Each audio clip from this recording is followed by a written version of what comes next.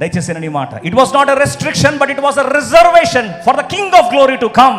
అందుకొరకు దేవుడు ఏం చేశాడు? ఆ గాడిద పిల్లని ఏం చేసి అంతవరకు కట్టి పెట్టి ఉన్నాడు.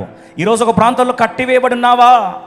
ఎన్నో సంవత్సరాలు విడుదల రాలేక, కృంగుదల నుంచి బయటకి రాలేక, నా జీవితం ఎందుకు ఈ వలయంలో చిక్కుకుపోయిందని, ఒక పోల్కి కట్టేశారు నా జీవితాన్ని, ఇది కాదండి నేను ఉండాల్సిందని కొట్టుకుంటూ ఏడుస్తుండిపోయావా?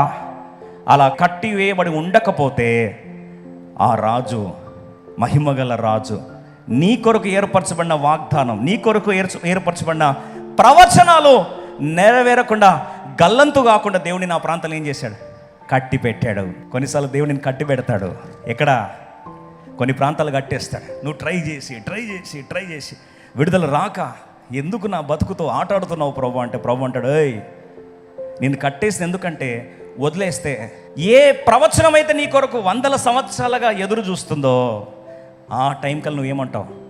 తుర్రుమని జారుకొని వెళ్ళిపోతావు. కాబట్టి నేనేం చేశా? కట్టి పెట్టేశా. ఈరోజు ప్రియ సోదరి సోదరా, కొన్ని ప్రాంతాల్లో దేవుడిని కట్టి పెట్టాడా?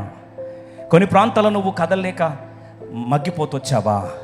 కొన్ని ప్రాంతాల్లో నీ ఆత్మన్యూనత భావం కోల్పోయి, సెల్ఫ్ ఎస్టీమ్ కుప్పగోలిపోయి, నీ మానసిక స్థితి అంతా కూడా విచ్ఛిన్నమైపోయి ఈరోజు కలవరపడిపోయి ఉన్నట్లయితే, దేవుని ప్రవచన వాగ్దానాలు నీ జీవితంలో నెరవేర్చబడ్డానికి దేవుని నా ఆ ప్రాంతంలో కట్టిపెట్టి ఉన్నాడని దేవుని సేవకు మరొకసారి జ్ఞాపకం చేస్తున్నా.